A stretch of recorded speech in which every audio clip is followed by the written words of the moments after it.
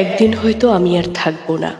ঘর, বিছানা, জানালার পাশের আকাশ সব থাকবে, শুধু আমি থাকবো না। ফোন গ্যালারিতে নামটা দেখা যাবে, অথচ কেউ কল করবে না। কেউ ভোরবেলায় আমার কথা মনে করে উঠে বসবে না। প্রিয় মানুষগুলো অন্য কাউকে সঙ্গ দেবে, আর আমি মৃত্যুর পর সবই চলবে আগের নিয়মে। সূর্য উঠবে আগের মতোই, ঘুম ভাঙবে, দোকানপাট খুলবে, ট্রাফিকে কেউ বিরক্ত হয়ে হর্ন দেবে।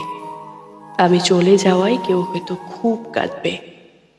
পৃথিবী কখনোই কারোর জন্য থেমে থাকেনি, থেমে থাকে না। আমার বেলাতেও থামবে না কেউ। যারা আমায় খুব ভালোবাসতো তারাও অন্য চিন্তায় ডুবে যাবে। যাদের আঁকড়ে ধরতে চেয়েছিলাম, যাদের জন্য নিজের সবকিছু ত্যাগ করেছিলাম, নিজের চাওয়া পাওয়া সবকিছুতে না বলেছিলাম, তারা কেউ দোয়া করবে না নিয়ম করে। হয়তো জানবেও না আমি আর বেঁচে নেই। হিসেব করে দেখুন তো, কজন মানুষকে আপনি ভালোবেসেছেন আর কজন মানুষ আপনার জন্য দোয়া করে। ভেবে নিন, আপনার মৃত্যুর পরও এমনটাই হবে। কেউ চলে যাওয়ার পর কারো জন্য জীবন থেমে থাকে না।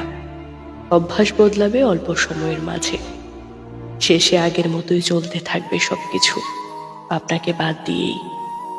মানুষ এভাবেই ভুলে যায়। চোখের সামনে যেটা নেই তা মন থেকেও আস্তে আস্তে মুছে যায়। হয়তো 4 দিন কান্না করবে, 1 সপ্তাহ নীরবতা পালন করবে, তারপর রুটিন মাফিক জীবন চলবে। হয়তো ঈদের সময় বা কোনো পারিবারিক অনুষ্ঠানে হঠাৎ কেউ বলবে, ফাঁকা জায়গায় তো ও ছিল। তারপর কথা ঘুরে যাবে অন্য প্রাঙ্গণে।